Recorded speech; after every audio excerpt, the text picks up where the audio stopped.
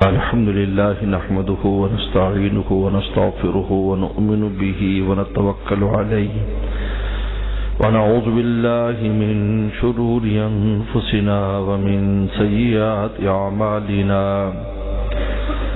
من يهده الله فلا مضل له ومن يضلل فلا هادي له ونشهد أن لا إله إلا الله وحده لا شريك له ونشهد أن سيدنا وسندنا وحبيبنا وشفيعنا ومولانا محمدا عبده ورسوله صلى الله تعالى عليه وعلى آله وأصحابه وبارك وسلم. أما بعد فأعوذ بالله من الشيطان الرجيم. بسم الله الرحمن الرحيم. يا أيها الذين آمنوا اتقوا الله وكونوا مع الصادقين. وقال تعالى قد أفلح من تزكى وذكر اسم ربه فصلى بل تؤثرون الحياة الدنيا والآخرة خير وأبقى. صدق اللہ مولانا العظیم. میرے محترم بزرگ اور دوستو، حکیم الامت تھانوی رحمۃ اللہ علیہ شہادت مانوی کی تعریف فرماتے کہ شہادت مانوی انسان کیسے حاصل کر سکتا ہے. شہادت ظاہری تو اللہ کے راستے میں شہید ہو جانا، اعلاء کلمت اللہ کے لیے انسان اپنی جان دے دے، یہ شہادت ظاہری ہے. اور ایک شہادت باطنی اور مانوی ہے، وہ یہ ہے کہ اپنی تمناؤں کو اللہ کے حکم پر قربان کر دینا. حرام تمنائیں جو انسان کے دل میں اٹھتی ہیں، ان کو مولا کے حکم پر فدا جب کرتا ہے آدمی، اس کو بھی مقام شہادت دیا جاتا ہے. ایک گردن کا شہید ہے اور ایک دل کا شہید ہے. یہ دل اپنا مار رہا ہے، ہر وقت مار رہا ہے، ہر وقت مولا پر قربان کر رہا ہے. اس کو بھی قیامت کے دن شہداء کے ساتھ کھڑا کیا جائے گا. یہ انسان ہر وقت اپنی دل کی ان تمناؤں کو جس میں خدا کی ناراضگی تھی، اس کو اللہ کی تلوار اور حکم کی تیغ کے سامنے فنا کر دیتا ہے. جس کو اللہ والے کا کشتگان خنجر تسلیم را، اللہ کے تسلیم کے خنجر سے جو لوگ ذبح ہوتے ہیں، یعنی دل ہمارا چاہتا ہے یہ کریں، لیکن اللہ کو حکم آ گیا، اللہ کو حکم کی تلوار آ گئی، خنجر آ گیا، تو اپنی تمنا پر خنجر مار دیا، اس کو تباہ کر دیا، اس تمنا کو قتل کر دیا. تمنا کو اللہ کا حکم پورا ہونے دیا، اپنی تمنا پوری نہیں کی. کشتگان خنجر تسلیم را، ہر زمان از غیب جانے دیگرس. اللہ ہر زمانے میں جب وہ اپنی تمنا کو فنا کرتا ہے، اس کو ایک نئی روحانی جان عطا فرماتے ہیں.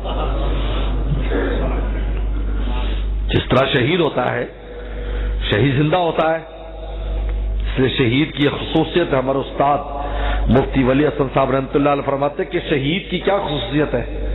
شہید کی خصوصیت یہ ہے کہ جتنی بھی ارواح ہے، خواہ کو ولی اللہ ہے، کوئی کتنا بڑا انسان ہے، محدث ہے، مفسر ہے، سب ہے، فوت ہونے کے بعد اس کی روح کو برزخ میں رکھا جاتا ہے. مقام برزخ میں اس کی روح ہوتی ہے. علیین کا ایک مقام ہے جہاں برزخ کا، وہاں ساری روح اکٹھی ہوتی ہیں. قیامت کے دن ان کو جسم عطا ہوگا اور پھر وہ جنت میں داخل ہوگی. لیکن شہید کو یہ خصوصیت حاصل ہے کیونکہ اللہ نے ان کو زندہ کہا ہے، اور زندگی وہ ہوتی ہے جو کسی جسم میں ہو، ورنہ تو ساری زندہ ہے، کوئی روح تھوڑی مرتی ہے. اس لیے ہمارے استاد فرماتے تھے کہ اللہ تعالی شہید کو یہ خصوصیت دی ہے کہ جب وہ شہید ہوتا ہے تو اس کی روح کو جنت کے درخت، جنت کے پرندوں کے پوٹوں میں رکھ کر اس کو اسی وقت جنت میں داخل کر دیا جاتا ہے۔ چاہتے حدیث شریف میں آتا ہے کہ جنت کے جو پرندے ہیں ان کے پوٹوں کے اندر، وہ چھوٹے موٹے پرندے نہیں ہیں، بہت بڑے بڑے پرندے کے پوٹوں میں وہ روحیں رہتی ہیں اور جنت میں وہ چرتے ہیں، تو ان کو بھی اس جنت کی ان لذتوں کا مزہ آتا ہے، اور بعد میں رات کو آ کر عرش کے نیچے جو قندیلیں ہیں ان قندیلوں میں آ کر وہ آرام کرتی ہیں، اور پھر جب دن ہوتا ہے وہاں کے حساب سے جو دن رات ہے اس کے حساب سے دوبارہ وہ جاتی ہے، کیونکہ اس نے اللہ کے راستے میں اپنی گردن کٹا دی۔ تو میرے دوست، جیسے اللہ والوں نے بھی کہا کہ جب انسان اپنی تمناؤں کو خون کرتا ہے تو اس کو بھی یہاں پر ایک نئی زندگی دی جاتی ہے۔ کشتگان خنجر تسلیم را، جب اللہ کے تسلیم میں نہ ماننا، یسلم تسلیما، اللہ کے حکم کے سامنے سر جھکانے کا نام، اسی کا نام اسلام ہے، اسی کا نام مسلمان، اسلام اسی کا نام اسلام کا مطلب کیا ہے؟ تسلیم کر لینا، ہاتھ کھڑے کر دینا، نہیں اللہ تیرا حکم بس اب نہیں، اپنی تمنا پہ نہیں چلنا، تیرے حکم پر چلنا ہے، اس کو تسلیم کہتے ہیں، یسلم تسلیما۔ اس لیے اگر یہ مقام تسلیم نہ ہو، ایمان معتبر نہیں ہے، ایمان معتبر نہیں کہ انسان میں یہ اقرار کرے کہ اللہ تیرا ہر حکم مانوں گا، پھر حکم ماننے میں کوتاہی ہونا الگ بات ہے، لیکن دل کے یقین سے ماننا ضروری ہے۔ اگر تسلیم نہیں تو ساری چیزیں ہو، اگر تسلیم نہیں ہے تو اس کا ایمان معتبر نہیں۔ اس لیے ہرقل کا ایمان کیوں معتبر نہیں تھا؟ حالانکہ ہرقل نے رسول اللہ کی تصدیق کی، تمنا بھی کی کہ میں آ کر رسول صلی اللہ علیہ وسلم کے پاؤں دھو کر پینا، پاؤں دھونے کو اپنا اعزاز سمجھوں گا اگر میں وہاں پہنچ جاؤں، لیکن سر نہیں جھکایا، تسلیم نہیں کیا۔ اگر وہ تسلیم کر لیتا پھر چاہے وہ اپنے ایمان کو چھپاتا، واشی جو ہے حبشہ کے شاہ حبشہ کی طرح، نجاشی کی طرح اگر اپنے ایمان کو چھپا بھی لیتا، لیکن دل سے تسلیم کرتا، منقاد ہو جاتا، تو اس کو کتنا بڑا اعزاز ملتا کہ نجاشی کہاں حبشہ میں فوت ہوا، رسول اللہ نے فرمایا آج اللہ کا نیک بندہ فوت ہوا ہے، وہاں کوئی جنازہ پڑھانے والا نہیں ہے، میرے پیچھے صفے بناؤ، میں اس کا جنازہ پڑھاؤں گا۔ مدینہ شریف میں جنازہ پڑھایا اور حدیث شریف میں آتا ہے کہ پردے اٹھ گئے، نجاشی کا جنازہ سامنے نظر آتا تھا، رسول اللہ صلی اللہ علیہ وسلم نے ان کا جنازہ یہ حاضرانہ تھا، یہ غائبانہ نہیں تھا، کیونکہ رسول اللہ کے سامنے وہ جنازہ نظر آ رہا تھا، اور پیغمبر اسلام نے ان کا جنازہ، حالانکہ وہ بھی اپنے ایمان کو چھپائے ہوئے تھا لیکن دل سے تسلیم کر لیا تھا، اب عمل کرنا اس کے لیے مشکل تھا۔ اس لیے دل سے تسلیم کرنا تو ایمان کا حصہ ہے، لیکن جب عمل بھی اس کے اوپر کرتا ہے میرے دوستو، کشتگان خنجر تسلیم را، ہر زمان از غیب جانے دیگر، ہر زمانے میں غیب سے اس کو ایک نئی جان عطا ہوتی ہے، نئی روحانی جان، ہر حکم پر جب فدا ہوتا ہے، کیونکہ تمنائیں اٹھتی رہتی ہیں، تمنائیں ابھرتی رہتی ہیں، نفس اور شیطان ہمارے دل میں ایسی تمنائیں ڈالتے ہیں جو اللہ کی مخالفت کی ہیں، اس کو اللہ کی تسلیم کے خنجر سے، یہ شہادت مانوی ہے، یہ شہادت باطنی ہے، یہ شہید ہو رہا ہے، ہر وقت شہید ہو رہا ہے، گردن تو ایک دفعہ کٹائی جاتی ہے لیکن دل کی تمناؤں کا خون تو پوری زندگی، یہاں تک کہ انسان مر رہا ہوتا ہے تو نفس و شیطان وہاں بھی پہنچ جاتے ہیں، وہاں بھی پہنچ جاتے ہیں۔ امام راضی رحمۃ اللہ علیہ کا واقعہ، شیطان وہاں پہنچ گیا اور کیسے دلائل دیے، آخر یہ کہنا پڑا ان کے مرشد کو جب پتہ چلا۔ امام راضی رحمۃ اللہ علیہ بہت بڑا انسان ہے، 120 سال کی عمر پائی انہوں نے، ان کی تفسیر اتنی بڑی تفسیر ہے، تفسیر کبیر، لیکن اللہ والوں سے جڑے ہوئے تھے۔ پہلے علماء کا یہ خاصہ تھا کہ اپنی ڈور کسی اللہ والے کو دی ہوئی تھی، باوجود اتنا بڑا عالم ہونے کی، ان اللہ والوں کے زیر سایہ ہیں۔ امام بن حنبل نے ویسے تھوڑی کہہ دیا تھا، کس نے کہا کہ حضرت آپ اتنے بڑے محدث ہیں، امام بخاری کا آپ استاد ہیں، امام بخاری، امام بن حنبل استاد امام بخاری کا، اور بخاری شریف لکھنے کے بعد امام بن حنبل کو پیش کی تھی کہ استاد جی دیکھو میری کتاب ٹھیک ہے، تصدیق کرائی اس کتاب کی، اتنا بڑا آدمی امام بن حنبل۔ 50,000 سے زیادہ حدیثوں پر مشتمل مسند امام احمد بن حنبل لکھی ہے. کتنی بڑی کتاب ہے. لیکن بشر حافی ایک اللہ والے کی خدمت میں جایا کرتے تھے. شاگرد نے کہا کہ حضرت آپ خود اتنے بڑے عالم ہیں, آپ اتنے بڑے عالم ہیں, آپ ایک اس بزرگ صوفی کی خدمت میں کیوں جاتے ہیں؟ یہ تاریخی جملہ ہے حضرت کا. میں کتاب جانتا ہوں, وہ صاحب کتاب کو جانتا ہے. میں کتاب جانتا ہوں, صاحب کتاب کو جانتا ہوں. میں اس کے پاس جاتا ہوں تاکہ صاحب کتاب سے میری بھی شناسائی ہو جائے. وہ حکیم الامت تھانوی فرماتے ہیں آج تک کوئی اللہ کا ولی نہیں بنا جب تک کسی ولی کی صحبت نہیں اٹھائی. حکیم الامت تھانوی رحم اللہ نے قسم کھا کر یہ بات فرمائی ہے کہ میں قسم کھاتا ہوں آج تک ایسا نہیں ہوا. کہا کہ اگر شیطان کو صحیح معنی میں اس نے صحبت لی ہوتی کسی کی تو کبھی گمراہ نہ ہوتا, لیکن وہ تو خود کہتا تھا میں سب کچھ ہوں, مجھے کسی کی ضرورت نہیں ہے. لیکن آدم علیہ السلام اللہ کو چمٹے رہے. زمین پر آنے کے بعد یہ اکڑ نہیں دکھائی, زمین پہ مٹی میں زمین پہ گر گئے. اتنے روئے کے بعد روایات میں آتا ہے کہ ان کے آنسوؤں سے جو ہے پودے پیدا ہو گئے. ان کے آنسوؤں سے جو پودے پیدا, ان میں خوشبو پیدا کر دی خدا تعالیٰ نے. روئے, رو کے رب کو منایا, دوڑے نہیں. یہ ہے اس لیے میرے شیخ فرماتے آدمی وہ ہے غلطی ہو جائے پھر مولا کے پاس ہی آئے. یہ آدمی ہے, آدم والا, آدم کے راستے والا وہی ہے کہ خطا تو ہو جائے, ہو جاتی ہے, لیکن مولا کا وہ نہ چھوڑے. یار چھوڑو جی چھوڑو, کیوں چھوڑو؟ اور تھانوی رحمت اللہ علیہ فرماتے ہیں کہ میں نے دیکھا دو آدمی باتیں کر رہے ہیں کہ یار گناہ چھوڑتے ہی نہیں ہیں. چھوڑتے نہیں تو پھر توبہ کا کیا فائدہ؟ تو ہم نے فرمایا کہ بھائی گناہ بری چیز ہے وہ تو چھوڑتے نہیں, توبہ اچھی چیز ہے وہ تم چھوڑتے ہو. جب بری چیز نہیں چھوڑتے تو اچھی چیز کیوں چھوڑتے ہو بھائی؟ اچھی چیز کیوں چھوڑتے ہو تم؟ اس کی برکت سے اللہ تعالیٰ استقامت بھی عطا فرما دیں گے. جو آدمی بار بار گندا ہوتا ہو لیکن پھر اپنے کپڑوں کو دھونے کا اہتمام کرتا رہے تو ایک وقت آئے گا کہ اللہ تعالیٰ اس کو صاف ستھرا رہنے کی توفیق عطا فرما دیں گے. لیکن جو گندگی کے اندر ہی پڑا رہتا ہے, جب انسان کو خود اپنا خیال نہیں ہوتا تو خدا کا فضل بھی متوجہ نہیں ہوتا. اس کو متوجہ کرنے کے لیے بھی تو ہیلا کرنا پڑتا ہے. ہیلے کے ساتھ وسیلہ, ہیلا کرو. ہمیں حکم ہے تم ہیلا کر کے لاؤ, پھر فضل ہمارا ہی ہوگا, کام ہم ہی بنائیں گے, لیکن تم پلیٹ تو لے کے آؤ جس میں ہم ڈالیں.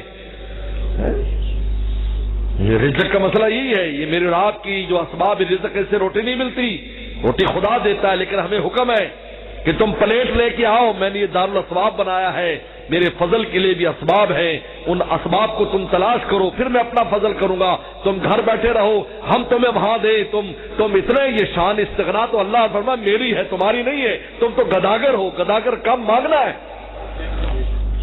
انتم الفقراء, تم فقیر ہو. فقیر کا معنی کیا ہے؟ مانگے, زاریہ کرے, منتیں کرے. دیکھتے نہیں مانگنے والا چند پیسوں کے لیے ہماری کتنی زاری کرتا ہے, اور تم خدا تعالیٰ سے نہیں مانگتے جہاں سارے خزانے. تم اس کے در سے تم کہتے ہو جی اللہ چاہیں گے تو. واہ بھائی واہ, چاہیں گے تو بس ٹھیک ہے, اللہ تعالیٰ چاہیں گے نیک ہو جائیں گے. یہ کیا مطلب ہے؟ تمہیں خود نیک ہونے کی کوئی جستجو نہیں ہے. اپنی شان استغنا دکھاتے ہو, خدا تعالیٰ کو دکھاتے ہو. تو دنیا میں کسی معمولی بندے کو نہیں دکھا سکتے, کسی تھانے دار کو نہیں دکھا سکتے, کسی افسر کو تم نہیں دکھا سکتے. وہاں کہتے ہو نہیں جی مولانا صاحب کیا کرے, ہیلے کے ساتھ وسیلہ ہے اس لیے میں فائل لیے پھرتا ہوں, اگر یہ نہیں کروں گا تو میرا کام نہیں ہوگا. اور جہاں حق تعالیٰ جس کے ہاتھ میں سارے کام ہے, وہاں کہتا اللہ چاہے گا ہمیں ہدایت دے دے گا, چاہے گا ہمیں نیک بنا دے گا, چاہے گا ہمیں جنتی بنا دے گا. اللہ تعالیٰ کو سخت ناپسند ہے گداگر کا کام مانگنا ہے, چاہے دنیا مانگے چاہے دین مانگے. پیغمبر بھی ان سے مانگتے ربی انی لما انزلت الیہ من خیر فقیر. وہ صلی اللہ علیہ وسلم جیسا پیغمبر کہہ رہا اللہ تیرے دربار کا فقیر ہوں, تیری رحمت چاہیے. فقیر کا لفظ استعمال قرآن کر رہا ہے. میں گداگر ہوں تیرے دربار کا, مجھے اللہ نے کیسا فضل فرمایا. جو اپنے گھر سے نکلے تو پتہ نہیں تھا میری منزل کیا ہے, پھر اللہ تعالیٰ نے ایک پیغمبر کا داماد بنا دیا. شعیب علیہ السلام کا, جس کو خطیب کہا جاتا ہے, انبیاء کا خطیب. نبیوں کے جو خطیب تھے وہ کون تھے؟ حضرت شعیب صلی اللہ علیہ وسلم وہ نبیوں کے خطیب تھے. نبیوں کے اندر خطاب اور خطیب جو تھے شعیب السلام صبح کو پہنچتے ہیں، کوئی گھر در نہیں، کچھ پتا نہیں میرا کیا ہونے والا ہے، دعا کر دی. ایک درخت کے نیچے بیٹھ، ربی انی لما انزلت الی من خیر فقیر، اللہ میں فقیر ہوں تیری رحمت کا.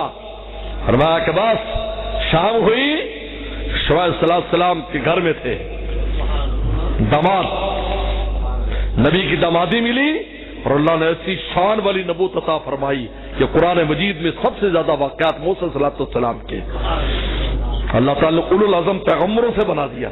یہ ہے مانگنا، یہ مانگنا ہے.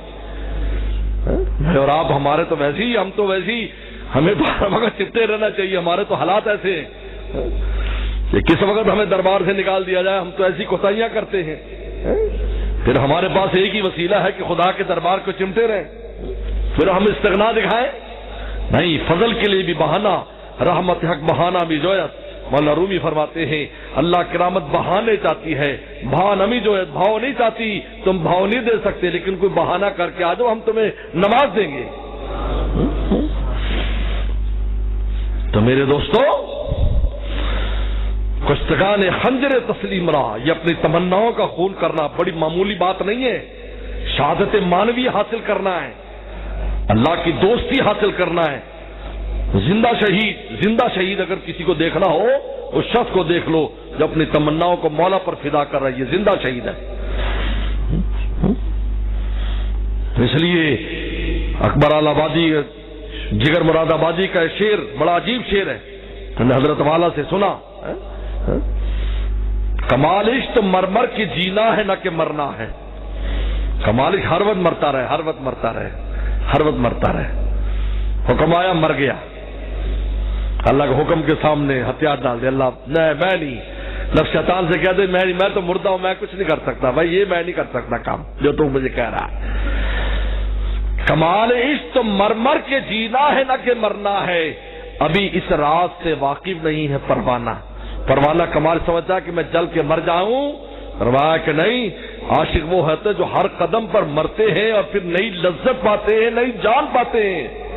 ان کو خون تمنا کرنے کا مزہ آتا ہے کہ آپ دیکھو ہم خدا پر اپنی تمنائیں قربان کر رہے ہیں، اور وہی تمنا ہے وہ جو حرام ہے اس کے لذت اور مزہ آتا ہے. مولانا رومی رحمۃ اللہ علیہ نے ایک بڑا عجیب واقعہ لکھا ہے. پڑھے، مولانا رومی تو بہت بڑا انسان ہے. فرماتے ایک آدمی کو سخت پیاس لگی، تو سخت پیاس لگی تو اس نے دریا پر گیا، تو دریا کا کنارے بہت اونچے تھے، پانی نیچے. اب وہ سمجھ نہیں آ رہا کہ پانی کیسے حاصل کرے. تو خیر چلتے چلاتے ایک جگہ پر گیا جہاں پر ایک راستہ بنا ہوا تھا جو دریا میں جاتا تھا، جہاں سے جانور وغیرہ جاتے ہوں گے پانی پینے. تو دیکھا وہاں دیوار بنائی ہوئی ہے، کیونکہ کنارے خراب کر دیتے جانور تو بند کر دیتے ان کو، تو انہیں دیوار بنائی ہوئی ہے تاکہ وہ جانور ایسا نہ ہو کہ بند ٹوٹ جائے. مولانا رومی فرماتے اس نے حیران ہو گیا ابھی اب کیا کرے. وہ دیوار پر چڑھ گیا تو اس کے دماغ میں ایک بات آئی. اس نے کہا کہ یار اس دیوار کو میں توڑتا ہوں آہستہ آہستہ، اور وہ ایک اینٹ اکھاڑتا اور پانی میں مارتا. تو جب وہ پانی میں مارتا تو پانی کے چھپاکی کی جو آواز آتی نا پانی کی، اس سے اس کو سرور ملتا، کیونکہ پیاس بہت تھی تو اس آواز سے بھی لذت آنے لگی اس کو. جیسے آدمی کو بہت بھوک لگی ہو تو کھانے کی خوشبو سے بھی مزہ آتا ہے نہیں بولو، ایسے لمبے لمبے کر کے سونگتا ہے. کہتے ایک آدمی کہیں ایسے سونگ رہا تھا، بیچارہ غریب آدمی تھا، تو کسی امیر آدمی کی دیگیں پک رہی تھی، تو ایسے سونگ رہا تھا وہ. تو اس امیر آدمی نے پکڑ لیا، پولیس کو فون کیا، اس نے کہا یہ میرا کھانا سونگا، اس نے میرا کھانا سونگا ہے، لہٰذا اس پر مقدمہ کرو. وہ امیر بندہ تھا، کوتوال سپاہیوں اس کی مانی بیچارے کو جیل میں ڈال دیا. تو قاضی پاس پیش ہوا مقدمہ. قاضی کا کیا مسئلہ ہے؟ انہوں نے کہا یہ مسئلہ ہے. انہوں نے کہا ٹھیک ہے. قاضی نے شام کو، وہ بڑا آدمی تھا، امیر آدمی تھا، مشہور آدمی تھا، اس نے کہا میرے آپ کی دعوت ہے. تو اس امیر آدمی کو بلایا، اور بلانے کے بعد قاضی صاحب نے بٹھا گپ شپ، ادھر کھانے پک رہے ہیں جس کی خوشبو خوب کمرے میں، اس کو سخت بھوک لگ رہی ہے اس آدمی کو، وہ جو امیر آدمی تھا، لیکن کھانا نہیں آ رہا ہے. کافی دیر گزر گئی، بیچارہ بالکل تڑپ گیا اور کہنے لگا قاضی صاحب کھانا کھلانا تو کھلاؤ، میرا تو برا حال. کہتا آپ کا پیٹ نہیں بھرا ابھی تک؟ کہتے پیٹ؟ ہاں تو اتنی دیر سے تو آپ سو رہے ہو تو پیٹ نہیں بھرا؟ کہا جی خوشبو سے کوئی پیٹ بھرتا ہے؟ تو کہا اس غریب پر مقدمہ کیوں کیا تھا تو نے؟ کہا میں اپنی غلطی کا اقرار کرتا ہوں، تاریخ میں واقعہ لکھا ہے۔ تو خوشبو سے بھی، بھوکے کو خوشبو سے بھی مزہ آتا ہے۔ اب وہ پانی میں جب مارتا تو اس کو ایک لذت آتی پانی کی آواز کی، اور دو فائدے ہو رہے تھے۔ مولانا رومی نے کہا ایک تو پانی کی آواز کا مزہ، اور اس دیوار کے ٹوٹنے سے پانی کے قریب ہوتا جا رہا تھا، تو اس کو اپنی منزل بھی قریب نظر آ رہی تھی، اور پانی کی آواز تو اس کو ایک شغل مل گیا کہ زور سے مارتا تو اس کو پانی کا مزہ بھی آتا اور دیوار بھی کم ہوتی جاتی، یہاں تک وہ دیوار جب نیچے لگ گئی تو اس نے جی بھر کے پانی پیا۔ مولانا رومی نے نصیحت کی ہے، لوگوں یہ نفس کی دیوار ہمارے درمیان اللہ کے درمیان حائل ہے، اللہ کے دریائے قرب کے درمیان حائل ہے، اس کے ایک ایک تمنا کو اللہ کے حکم پر تم مارتے جاؤ تو جو ہی تم ایک تمنا ذبح کرو گے اس کا ایک مزہ بھی تمہیں آئے گا اور اللہ کے قریب بھی ہوتے جاؤ گے، اور ایک دن آئے گا تمہیں خدا کا وصل نصیب ہو جائے گا۔ تم کہہ دو یہ کون آیا میرے دل میں کہ دھیمی پڑ گئی لو شمع محفل کی، یہ کون آیا میرے دل میں کہ دھیمی پڑ گئی لو شمع محفل کی، پتنگوں کے وہ اڑنے لگی چنگاریاں دل کی۔ کہ دل مولا پر فدا کر دو گے، ہر دم مولا پر فدا رہو گے۔ میرے دوستو اللہ تعالیٰ نقد انعام دیتے ہیں، نقد۔ جنت ادھار ہے، خدا تو ادھار نہیں ہے، خود نقد ہے۔ ابھی تو مولا پر فدا ہو جائے، ابھی مولا مل جائے گا، ابھی دل محسوس کر لے گا کون آ گیا ہے، یہ کون آیا ہے۔ خواجہ مجذوب صاحب رحمۃ اللہ نے پوچھا تھا حضرت تھانوی رحمۃ اللہ سے کیسے پتہ چلے گا اللہ کی نسبت حاصل ہو گیا، اللہ کا تعلق حاصل ہو گیا؟ ہم نے فرمایا جب تو بالغ ہوا تھا محلے والوں سے پوچھا تھا تو بالغ ہو گیا؟ کہا کہ نہیں حضرت خود ہی ایک نئی جان میرے اندر آ گئی تھی تو پتہ چل گیا میں بالغ ہو گیا ہوں، میں بڑا ہو گیا، میں بالغ ہو گیا ہوں۔ انسان جب بالغ ہوتا ہے تو پھر اس میں خوف ڈر بہت سی چیزیں ختم ہو جاتی ہیں۔ تو فرمایا کہ بھائی جب انسان روحانی طور پر بالغ ہوتا ہے تو اس کا دل خود اس کو بتا دیتا ہے کہ میرے رگ و ریشے میں کیا چل رہا ہے، میری روح میں کیا چیز آ گئی۔ تو پھر جب بالغ ہو گئے اللہ نے اپنی نسبت دے دی حکیم الامت تھانوی رحم اللہ کی صحبت کی برکت سے، تو کیا شعر پڑا، کیا شعر پڑا ہے؟ پہلے ایک بجلی سی کوندی اور اس کے آگے خبر نہیں ہے، جو پہلو کو دیکھتا ہوں دل نہیں ہے جگر نہیں ہے۔ یعنی میرا دل اور جگر مولا پر فدا ہو گیا، تمنائیں ختم ہو گئی، وہ سوچیں ختم ہو گئی، وہ دنیا داری ختم ہو گئی، وہ دنیا کی تمنائیں ختم ہو گئی جو ہر وقت دماغ پر سوار رہتی تھی، یہ کر لے وہ کر لے یہ کر لے وہ کر لے، ہر وقت دنیا میں پھنسا ہوا تھا۔ اب دیکھتا ہوں تو قلب و جان مولا پر فدا ہے، ایسے لگتا ہے ہی نہیں، سب آخرت میں چلے گئے۔ اسی قرآن نے کہا ہے نا کہ آخرت کو تم ترجیح نہیں دیتے، دنیا کو ترجیح دیتے ہو۔ جب انسان مولا پر فدا ہوتا آخرت پہلے ہے، دنیا تو مل ہی جانی ہے، دنیا کا سفر آسان ہو جاتا ہے۔ میں مثال دیا کرتا ہوں، کسی نے لاہور جانا ہو تو ساہیوال جانا مشکل ہے، اس کو بولو آئے بولو پتہ بھی نہیں چلے گا ساہیوال کب آیا اور کب چلا گیا۔ اور اگر ساہیوال ہی جانا ہو تو آنے والا تک تھک جائے گا، یار ابھی تک ساہیوال نہیں آیا۔ جب انسان دنیا کو مقصود بنا لیتا ہے تو دنیا کی زندگی مشکل ہو جاتی ہے، جب اس سے آگے آخرت پہ مقصود بناتا ہے تو دنیا کے گزرنے کا پتہ بھی نہیں چلنا، ایسے آسانی سے گزر جائے گی، پتہ بھی نہیں چلے گا ایسی راحت سے۔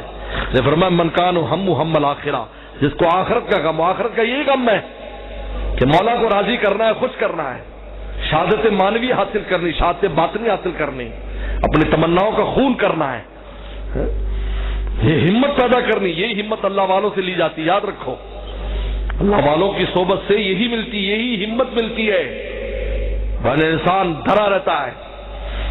اس نے مولانا جلال الدین رومی نے فرمایا کہ پیر باشد نردبان آسمان، فرمایا کہ مرشد جو ہوتا ہے وہ آسمان کی سیڑھی ہوتا ہے، اس سے چڑھ کر انسان آسمان تک جا سکتا ہے۔ فرمایا کہ تیر پرہ اس کے گردد اس کما، فرمایا کہ تیر کتنا ہی خوبصورت اور قیمتی ہو، جب تک کسی کمان پر نہیں چڑھے گا منزل پر نہیں جائے گا، تو زمین پر دھرا رہے گا۔ کتنا بڑا محدث ہو، کتنا بڑا جو ہے وہ مفسر ہو، کتنا بڑا انسان ہو، جب تک کسی اللہ والے کی کمان پہ نہیں چڑھے گا اس وقت تک منزل پر نہیں پہنچے گا۔ آخر بڑے بڑے لوگ کیوں گئے؟ حکیم الامت تھانوی جیسا انسان کو معمولی عالم تھا، یعنی ان کی عمر اور ان کی تحریر، انگریزوں نے اس پر تحقیق کی تو نے کہا کہ ان کی عمر اتنی ہے ہی نہیں کہ جس میں یہ اتنی کتابیں لکھ سکیں۔ 1000 سے زائد 1400 کے قریب حضرت کی تصانیف ہیں۔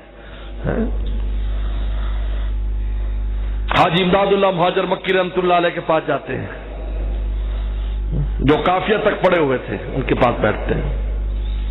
حضرت نانوتوی رحمۃ اللہ علیہ جیسا انسان کہ ہندوستان میں ان سے بڑا علم حکمت پر کہ حکیمانہ چیزیں، حکمت والی چیزیں، یہ مراد حکمت دوسری نہیں، یعنی قرآن حدیث کے اندر جو نقطے اور حکمتیں، ان سے زیادہ کچھ جاننے والا نہیں تھا۔ اور حضرت گنگوہی جیسا انسان جن سے بڑا اپنے زمانے میں کوئی فقی اور اتنا بڑا مفتی اور محدث کوئی نہیں تھا، وہ حاجی صاحب کے پاس جاتے ہیں، لوگ بیٹھتے ہیں ان کے پاس جا کر، فرماتے ہیں جو باتیں ہم کتابوں سے پڑھتے ہیں ہم حضرت سے کبھی سوال کرتے، حضرت علم لدنی سے اس کا جواب دے دیتے تھے، ہم حیران ہو جاتے تھے، کیونکہ ان کا رابطہ وہاں کر لیا، اللہ ان کی سمجھ اور عطا فرما دیتے ہیں۔ پھر علم لدنی ہوتا ہے، آسمان سے علم آتا ہے۔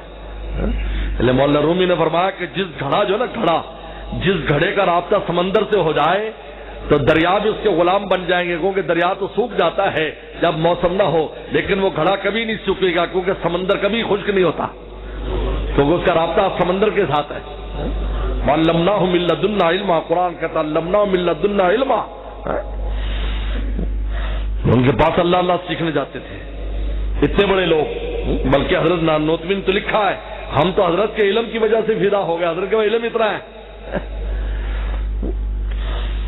تو حضرت فرماتے مولانا رومی کہ تیر پرا گردد از کما، تیر اس وقت نہیں اڑ سکتا جب تک کسی کمان پر نہیں چڑھے گا، چاہے کمان پرانی ہو، اس کی قیمت کم ہو، تیر قیمتی ہو، تیر سونے کا بنا ہوا ہو، لیکن وہ تیر زمین پر دھرا رہے گا، وہ آسمان پر نہیں اڑے گا۔ آسمان پر تب اڑے گا جب وہ کسی اللہ والے کی کمان پہ چڑھے گا۔ مجھے یاد ہے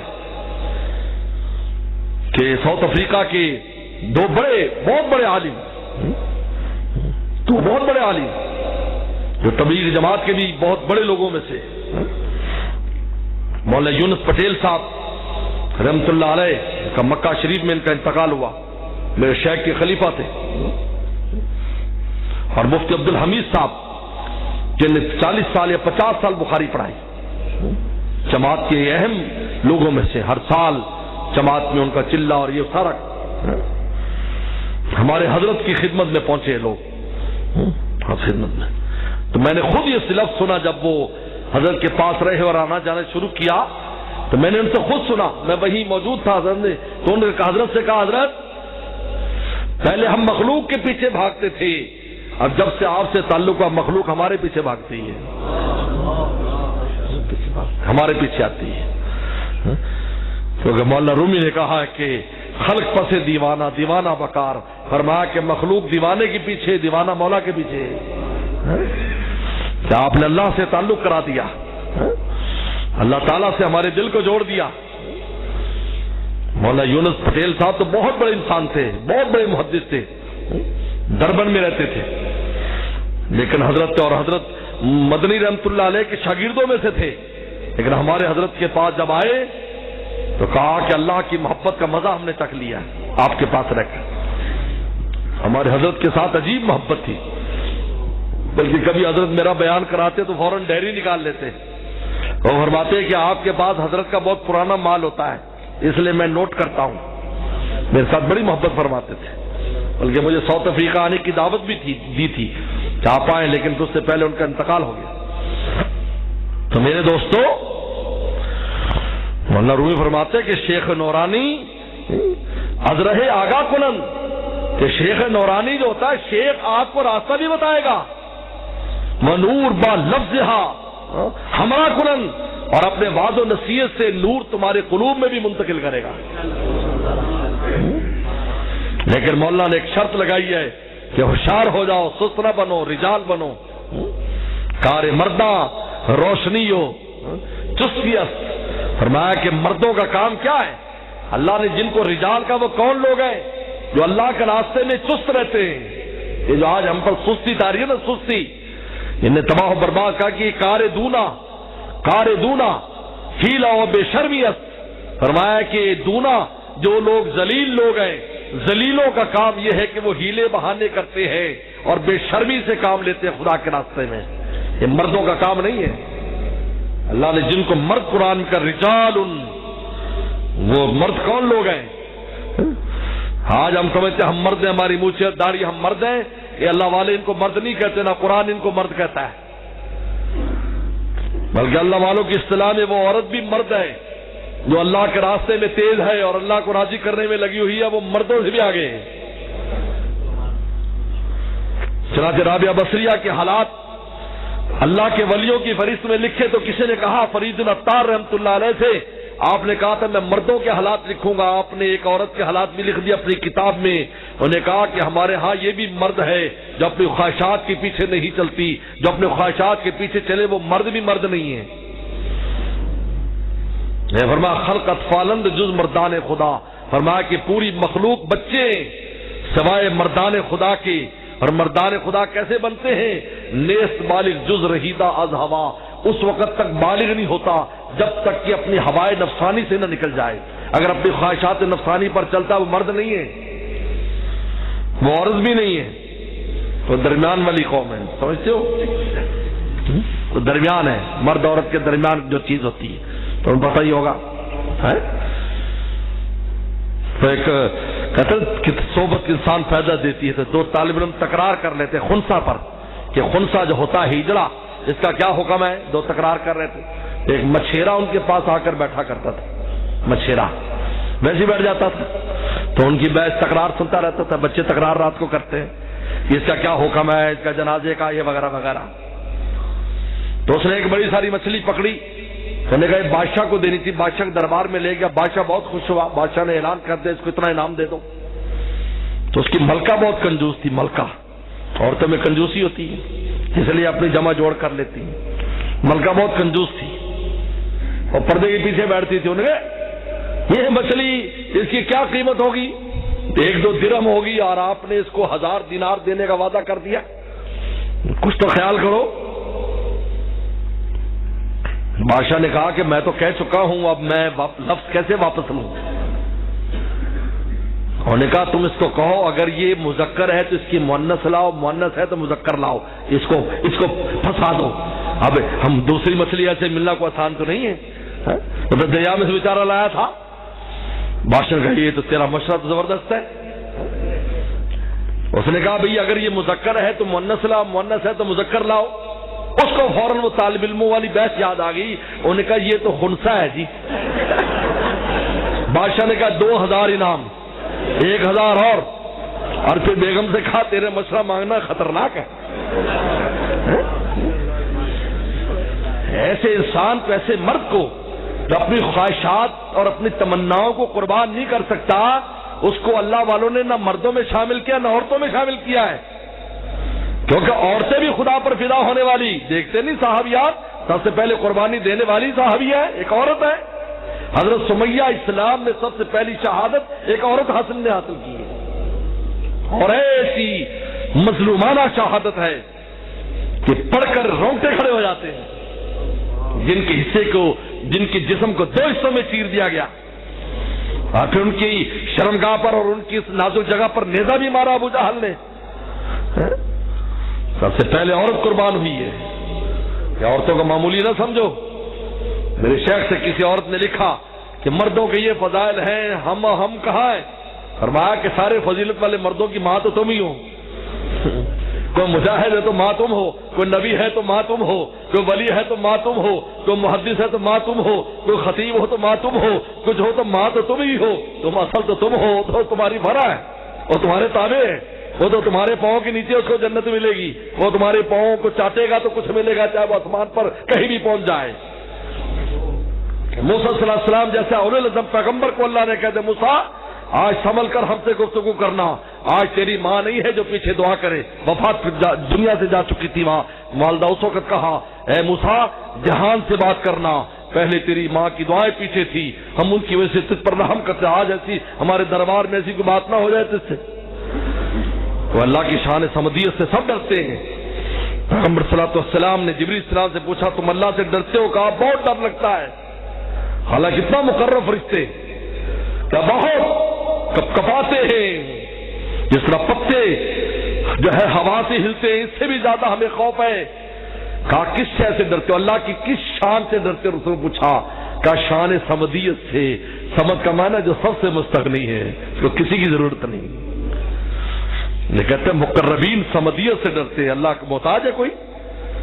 میرا آپ کا محتاج ہے کہ ہم اللہ کے دین کو زندہ کرنے کے لیے محنت کریں؟ کوئی احتیاج نہیں، کوئی احتیاج نہیں۔ صحابہ سے کہہ دیا ان تتولوا یستبدل قوما غیرکم ثم لا یکونوا امثالکم، صحابہ اگر تم نے ہمارے محبوب کا ساتھ چھوڑ دیا ہم تمہاری جگہ دوسرے لے آئیں گے عاشقین، یہ فرمایا اللہ تعالیٰ نے۔ تو میرے دوستو یہ تمنا، یہ خون تمنا معمولی بات نہیں ہے، مانوی شہادت ہے، اور اس میں انسان کو مزہ آنا چاہیے، دل پر بوجھ نہ بنائے، مزہ لے جس طرح وہ پانی والا مزہ لیتے تھا۔ کیونکہ جب ہر تمنا کا تم پھینکو گے نا اللہ کے خوف کی وجہ سے اس کو، تو تمہیں ایک مزہ آئے گا، ایک لذت ملے گی۔ مزہ لو کہ یار میں خدا کے قریب ہو رہا ہوں، میں نے ایک اینٹ اور گرا دی، ایک اینٹ اور گرا دی، کیونکہ موسیٰ صلی اللہ علیہ وسلم نے پوچھا تھا اللہ آپ تک آنے کا طریقہ کیا ہے؟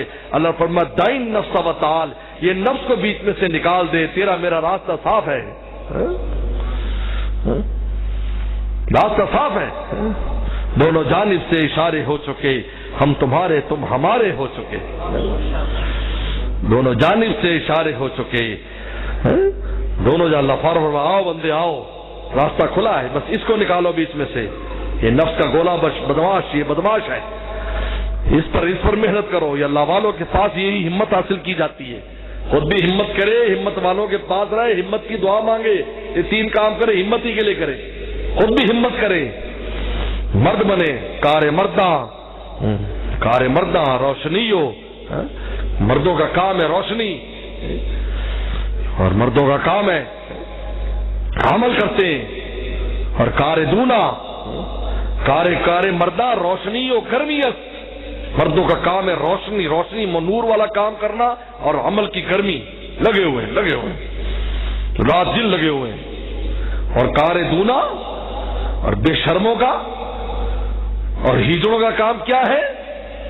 ہیلا و بے شرمی است، ہیلے بہانے اور بے شرمی ہے، ہیلے یار یوں یا وہاں، یہ ہیلے، اللہ کے راستے میں ہیلے نہیں چلتے۔ اللہ کو پتا ہے اگر اللہ تعالیٰ کو یہ ہوتا کہ واقعی ہمیں کوئی مجبوری ہے ہم نہیں کر سکتے، تو قرآن نہ کہتا لا یکلف اللہ نفسا الا وسعہا، اللہ ہر ایک پر وہی بوجھ ڈالتے جس کی اس میں طاقت ہوتی ہے۔ تو اگر ہمیں ایک چیز کا حکم دے، اس کا مطلب ہم میں طاقت ہے، ہم کام چور ہیں، نوالا حاضر ہے، روٹی خوب ڈٹ کے کھاتے ہیں، پھر نہ بسم اللہ پڑھتے نہ آخر میں الحمدللہ پڑھتے، پھر آدھی شیطان کھا جاتا ہے۔ کہتے دو شیطانوں کی ملاقات ہوئی، بس ختم کرتا ہوں۔ ایک موٹا تازہ تھا، ایک دبلا تھا، انہوں نے کہا یار تم دبلے کیسے رہ گئے، تم موٹا کیسے ہو گئے؟ کہ جس کے ساتھ میری ڈیوٹی ہے وہ بسم اللہ پڑھتے ہی نہیں ہے، لہٰذا اس کے ساتھ کھاتا ہوں پیتا ہوں، اس کے ساتھ سوتا ہوں، اس کے بیڈ روم میں، اس کے بیڈ پر کمبل میں گھس کے، رضائی میں گھس کے، تو میں تکڑا ہونا ہے کہ تیرا یار میری تو ایک صوفی پر ڈیوٹی ہے، گھر گھستے بسم اللہ پڑھتا ہے تو بار گلی میں جگہ ملتی ہے، کھانا کھاتا بسم اللہ پڑھتا ہے تو روٹی ختم، پانی پیتا بسم اللہ تو پانی ختم، تو کہا پھر مجھے تو ٹی وی ہونی ہے نا۔ اب تم دیکھ لو تمہارا شیطان تو سب کے ساتھ ایک ہے، چھوٹا شتونگڑا وہ تو بڑا شیطان ہے نا، میرے شیخ فرماتے ہیں بڑا شیطان تو وی آئی پی شخصیات کے پاس جاتا ہے، ہمارے جیسوں کے لیے تو چھوٹے یا میرے قابو میں نہیں آتا، یہی ہمیں تو سطر الناس کیے ہوئے۔ یہ شتونگڑا حدیث شریف میں آتا، ہر ایک کے پیچھے شیطان بچہ پیدا ہوتی لگا دیتا ہے، موت تک اس کے پیچھے رہتا ہے، وہ گمراہ کرتا رہتا ہے موت تک، جب مر جاتا ہے آدمی ایمان کے ساتھ چلا جائے تو مٹی ڈالتا ہے کہ اب یہ ہمیشہ کے لیے چھوٹ گیا، کلمہ لے کے چلا گیا تو بخشش کے بہت سے بہانے مل جائیں گے، اور اگر اس کا کلمہ فنا کر دیا اور اس کو اللہ معاف فرمائے اگر ایسا کر دیا کہ اس کلمہ ہی چھوڑ دیا تو پھر کامیاب ہو جاتا ہے، جو مقصد تھا پورا ہو گیا۔ اس لیے کہتے ہیں گناہ کے ذریعے ہی ایمان تک پہنچتا ہے، یہ راستہ گناہ کو بناتا ہے راستہ۔ جس طرح گناہ چھوڑنا خدا کا راستہ ہے، شیطان گناہ کرا کر ہمارے ایمان تک راستہ بناتا ہے۔ سن لو کان کھول کر، وہ اس سے ایمان تک پہنچتا ہے، ایمان تک، پھر ایمان سے ہی نکل جاتا ہے آدمی، ایمان کی اہمیت ختم ہو جاتی ہے، وہ گناہ کر کے دل کا سیاہ ہو جاتا ہے کہ اللہ تعالیٰ کی ذات اور رسول کی مشکوک ہو جاتا ہے، دوسرے مذاہب اختیار کر لیتے ہیں۔ اللہ معاف فرمائے، ایسی ایسی خبریں آتی ہیں، اللہ معاف فرما دے۔ اور اسی طرح خون تمنا جب گناہ چھوڑتا ہے، تمنا کا خون کرتا ہے، خدا کا راستہ ملتا ہے، سیڑھیاں اور بتایا نا دریائے قرب کے قریب ہوتا چلا جاتا ہے۔ ایک ایک اینٹ کے مارنے کا اپنا مزہ ہے اور قریب بھی ہوتا جاتا، اور ایک دن وہ ہوگا کہ بس دریائے اس کی مچھلی بن جائے گا۔